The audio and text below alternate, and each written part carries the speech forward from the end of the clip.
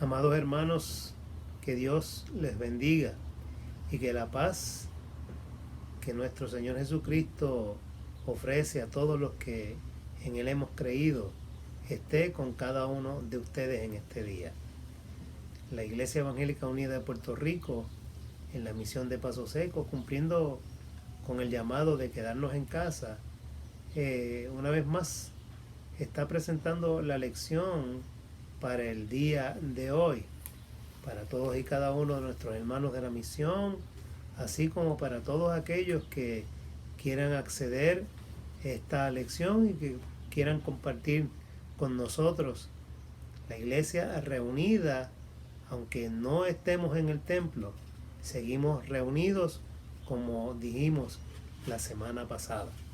Para este día nos toca examinar la lección número 5 para el día 29 de marzo de 2020.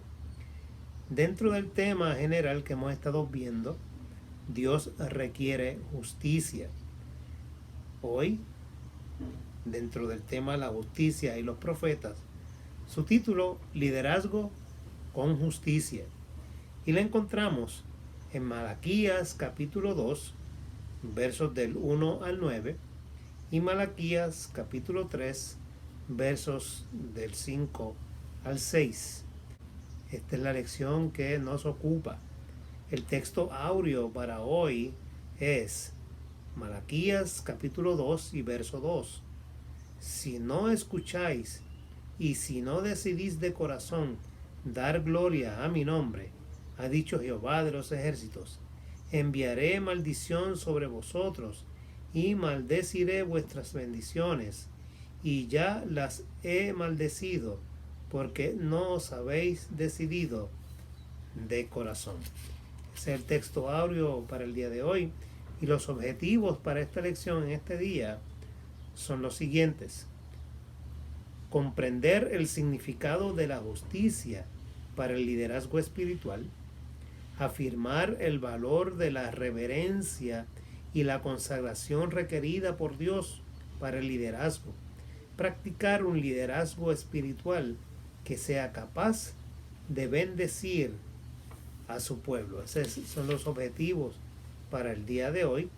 Y el bosquejo de esta lección se centra principalmente en 3 puntos: ver quién es el profeta, ver su contexto histórico y ver el contenido del libro del profeta Malaquías.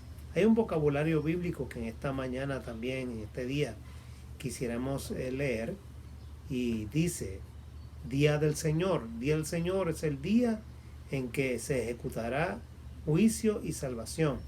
También tenemos la palabra sacerdote, que originalmente significa los miembros de la tribu levita, cuyo propósito era ofrecer sacrificios a Dios a favor del pueblo.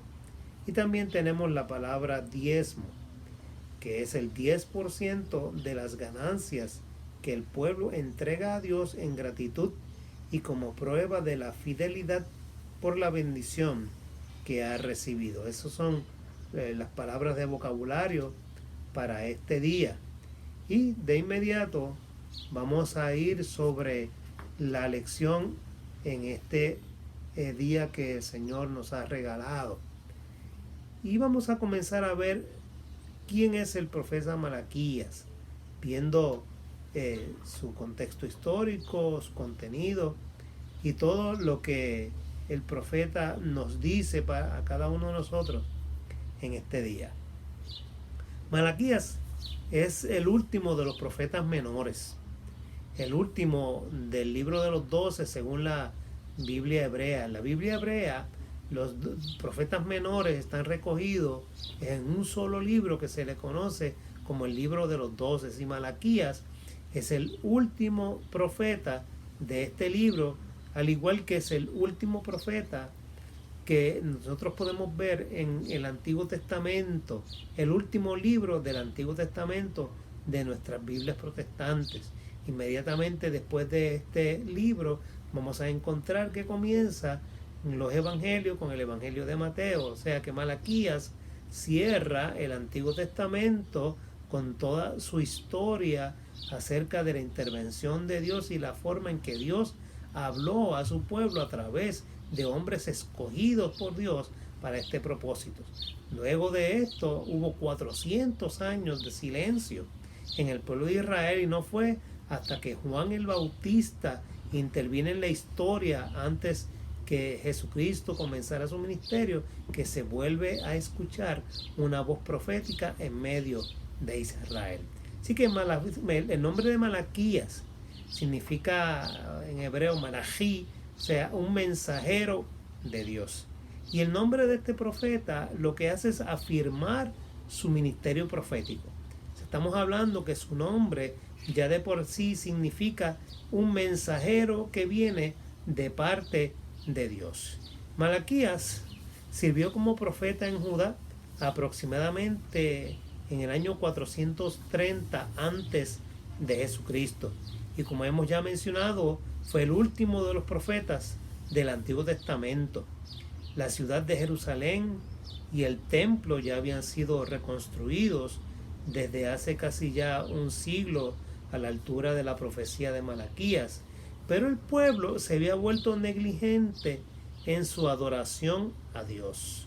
Cuando buscamos y examinamos todo el libro de Malaquías, vamos a observar que su mensaje principal es la relación del pueblo con Dios. O sea, cómo Malaquías está señalando que esa relación del pueblo con Dios estaba rota y se había nuevamente perdido porque el pueblo había vuelto a su pecado, y cómo Malaquías está señalándole que nuevamente serían castigados.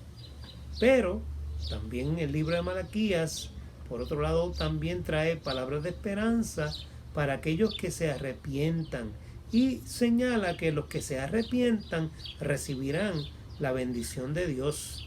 Y se ilustra claramente en la promesa que este libro contiene acerca de la llegada del Mesías, del siervo de Dios que iba a irrumpir la historia como el pueblo de Israel así esperaba. Así que la importancia de este mensaje estriba no solamente en el hecho de que está anunciando que el Mesías iba a venir, sino que de igual manera señala la hipocresía, la negligencia hacia Dios y la vida despreocupada que tenía el pueblo y tenía el sacerdocio, y las consecuencias devastadoras que tiene una vida apartada de Dios. Malaquías, siendo el último profeta del Antiguo Testamento, predicó después de Ageo, después de Zacarías y de Nehemías, como hemos señalado, ya cerca del año 430 antes de Cristo, después del exilio, luego de que el pueblo fue liberado por los persas. El pueblo más bien el templo había sido levantado, el culto estaba operando, o sea, se estaba celebrando todo el culto normalmente en Israel, y es muy probable que este profeta Malaquías haya ayudado a Nehemías y a Esdras en la reconstrucción no solamente de las murallas y el templo, sino en el levantamiento de la adoración en medio del pueblo de Israel. Este libro de Malaquías es un libro paradójico. Cuando uno lo lee completo desde el primer capítulo hasta el cuarto, se da cuenta de que combina en su profecía palabras de juicio y palabras de ánimo al mismo tiempo. Y un ejemplo de cómo este libro expresa esta dualidad en términos de juicio y esperanza la vemos en el capítulo 4. Así que vamos a mirar ese capítulo 4, algunos de sus versos, para ver ese ejemplo claro de lo que estamos señalando. Escuchemos las palabras que hemos mencionado del capítulo 4 para que vean la dualidad de la que hemos estado hablando. Ciertamente viene el día ardiente como un horno, y todos los soberbios y todos los que hacen maldad serán estopa. Aquel día que vendrá los abrazará, dice Jehová de los ejércitos, y no les dejará ni raíz ni rama. Mas para vosotros, los que teméis mi nombre, nacerá el sol de justicia, y en sus alas traerá salvación. Saldréis y saltaréis como becerros de la manada. Pisotearéis a los malos, los cuales serán ceniza bajo las plantas de vuestros pies, en el día en que yo actúe, dice Jehová de los ejércitos. Es interesante ver cómo esta lectura nos lleva y podemos examinar precisamente ese cambio en términos del mensaje que el profeta está llevando. Pero vamos de lleno a la lectura para la lección de hoy, y así vamos a hacer el análisis de cada uno de los pasajes que estamos examinando en esta mañana.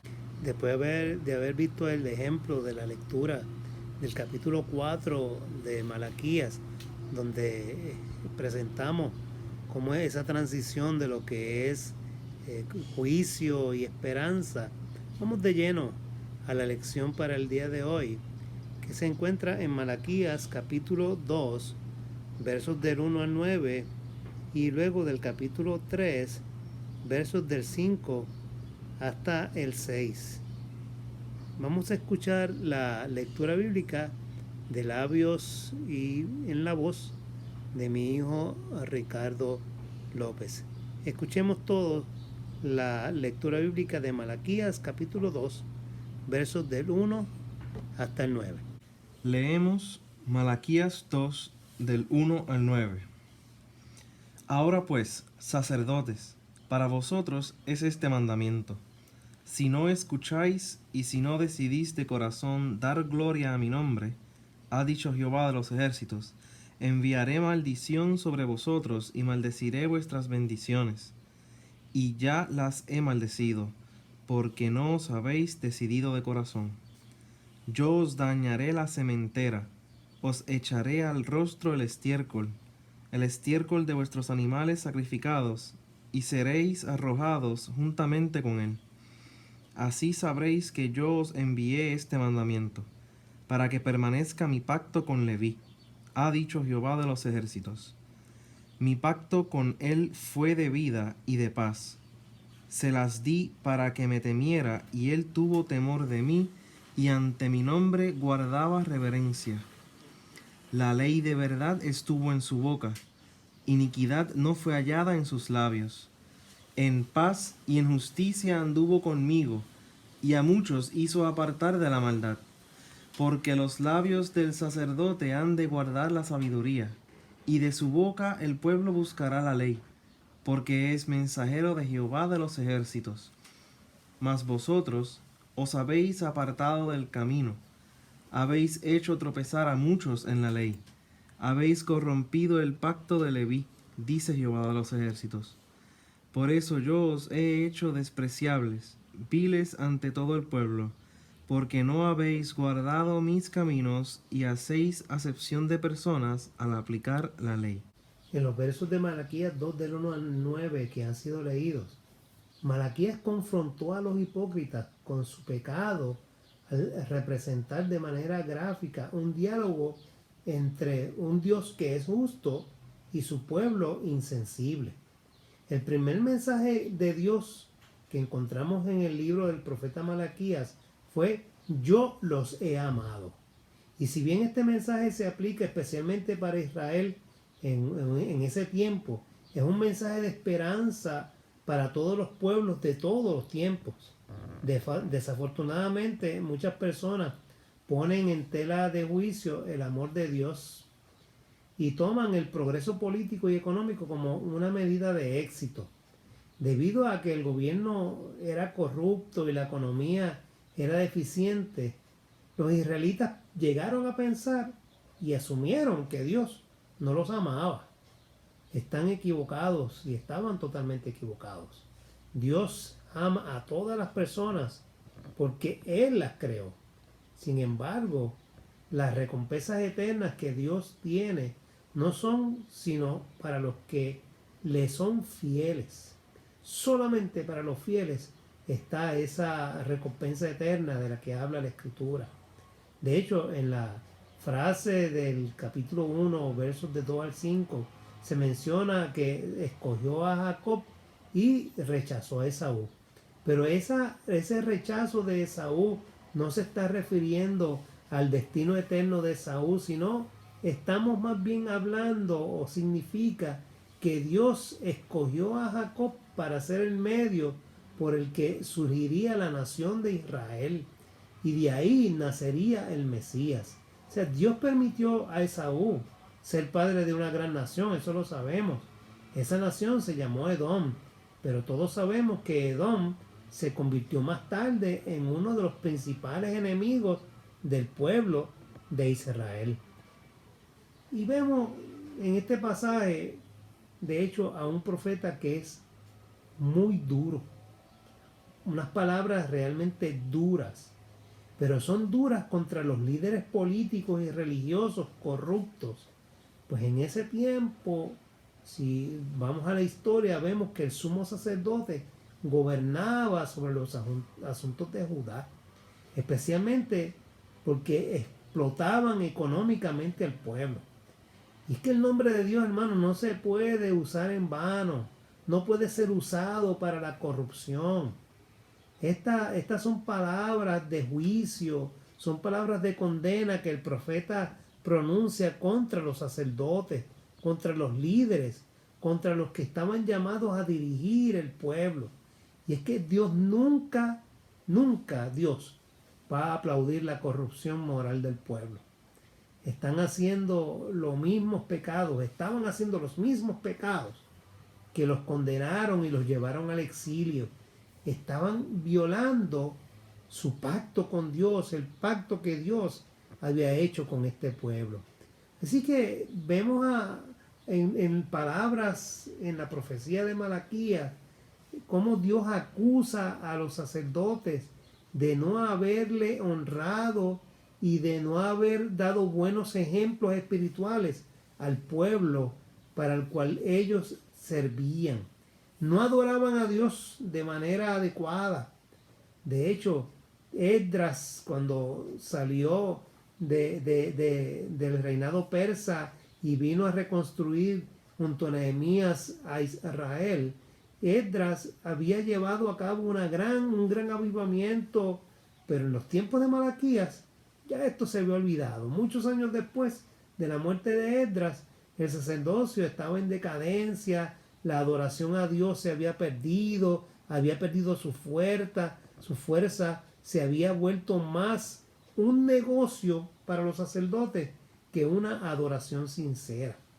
La ley de Dios requería que se sacrificaran animales vivos y que fueran sin defectos. Si usted lee Levítico capítulo 1 y siguientes, va a notar que allí se expresaba y se señalaba cómo era que esos sacrificios debían hacerse para el Señor. Pero estos sacerdotes estaban ofreciendo animales ciegos, animales cojos, algunos ya estaban muertos. Y Dios acusó a Israel de deshonrarlo al ofrecerle sacrificios imperfectos. Y es que, hermanos, realmente cuando miramos este señalamiento y lo aplicamos a nuestras vidas, tenemos que entender que nuestras vidas tienen que ser un sacrificio vivo, santo y agradable a Dios, como dice Romanos capítulo 12. Si vamos a darle a Dios solo el tiempo, el dinero y la energía que nos sobra, pues mira, estamos repitiendo el mismo pecado de estos adoradores del tiempo de Malaquías, que no querían entregar nada valioso a Dios, sino que le entregaban lo que ellos desechaban, lo que para Dios era abominable, lo que Dios realmente era imperfecto. Y Dios requiere de nosotros perfección, una entrega total, un tiempo, un talento, nuestros tesoros, tal y como lo señala la Escritura, que sea lo primero, las primicias, lo mejor debe ser para el Señor. Escuchemos ahora la lectura bíblica en Malaquías capítulo 3, versos 5 y 6, no además en la voz de mi hijo Ricardo López. Escuchemos. Leemos Malaquías 3 del 5 al 6. Vendré a vosotros para juicio, Y testificaré sin vacilar contra los hechiceros y adúlteros, contra los que juran falsamente, contra los que defraudan en su salario al jornalero, a la viuda y al huérfano, contra los que hacen injusticia al extranjero, sin tener temor de mí, dice Jehová de los ejércitos. Porque yo, Jehová, no cambio. Por esto, hijos de Jacob, no habéis sido consumidos. Como hemos visto, Dios sigue haciendo serios señalamientos en contra del sacerdocio y de los líderes de la época a los que Malaquías le está hablando. Y Dios dice algo bien interesante en este capítulo 3. Dice, si les hago un juicio, yo mismo voy a testificar en contra de ustedes. Y es que explotar, o sea, la explotación a la que el pueblo estaba siendo sometida, podríamos decir que era y es pedir dinero para uso personal, o pedir dinero metiéndole miedo a la gente, o pedir dinero haciéndole promesas falsas. Es cuando se le pide dinero para una cosa y se usa para otra. Se pide para el templo, por ejemplo, y la propiedad para la cual se está pidiendo dinero está a nombre de una persona, no necesariamente a nombre de la iglesia. Y ejemplos como eso hemos visto en nuestro país y aún dentro de nuestra misma iglesia en el pasado.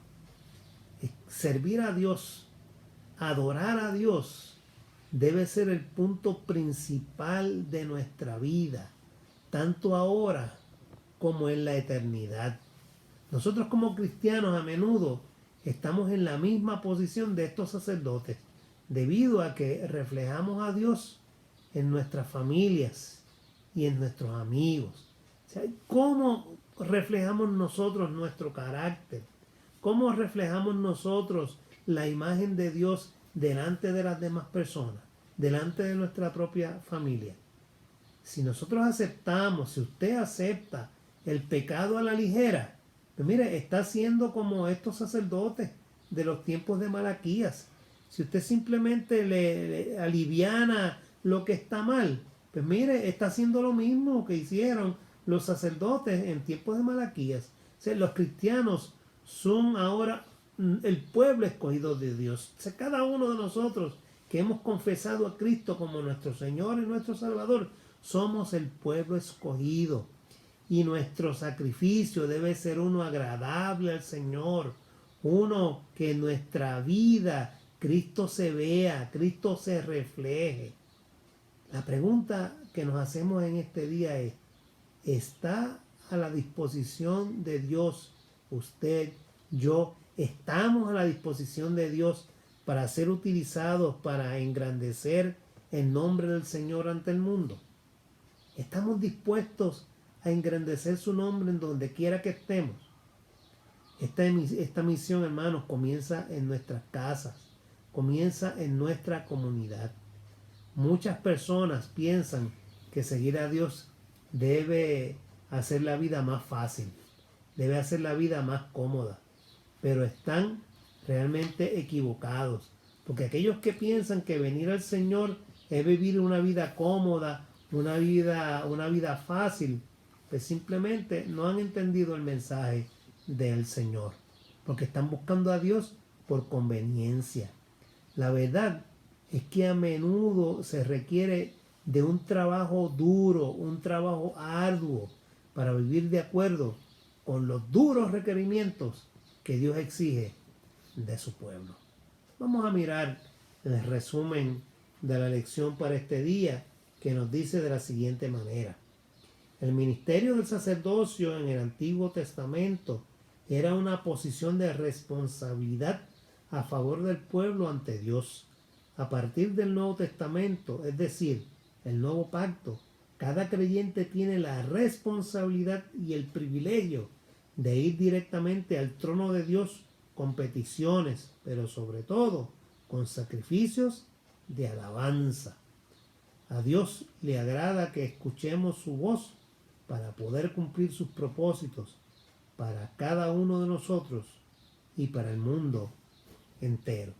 Así que como decíamos la semana pasada, todos y cada uno de nosotros somos líderes, decíamos la semana pasada. Hoy todos somos sacerdotes, todos somos llamados a ejercer un liderazgo, a ejercer un oficio en el que podamos proclamar la verdad de Jesucristo a todos aquellos que estén al alcance de nuestra voz. Ese es nuestro llamado, pero un llamado en la integridad, no un llamado a hacernos ricos o a buscar privilegios para uno mismo o para otra persona, no. Somos llamados para íntegramente predicar el Evangelio del Señor Jesús hasta que Él vuelva, para que la iglesia crezca, para que su reino se establezca y los medios que tengamos, los recursos económicos y de cualquier tipo que podamos llegar, es para que se expanda ese reino. No es para lujos, no es para comunidad, no es para comodidades, es para que el reino de Dios se siga expandiendo, se siga diseminando, se siga enseñando y sean muchos los que vengan a los pies de nuestro Señor Jesucristo. Así sea. Amén y amén. Vamos a orar. Vamos a hacer la oración que tiene nuestro leccionario y con esto concluimos la lección del día de hoy. Vamos a escuchar la oración. Amado Señor Jesús, gracias por ser el sacrificio una vez para siempre por nuestros pecados. Queremos servirte de todo corazón. Abre nuestras mentes para entender tus propósitos. Purifica nuestros corazones para poder ver nuestro mundo de la manera en que tú lo ves. Te alabamos y glorificamos. Y alabamos tu nombre, hoy y para siempre. Amén, amén, amén. Amado hermano, que Dios te bendiga en este día y que dentro de la situación que nuestro país sigue viviendo, podamos mirar hacia el cielo y saber, como hemos dicho anteriormente, que este es el momento que Dios nos ha dado, el momento de la oportunidad para engrandecer el nombre de Dios, para que el mundo busque a Dios y nosotros seamos portavoces de ese mensaje de amor, paz y esperanza para nuestro pueblo. Dios te bendiga y Dios te guarde.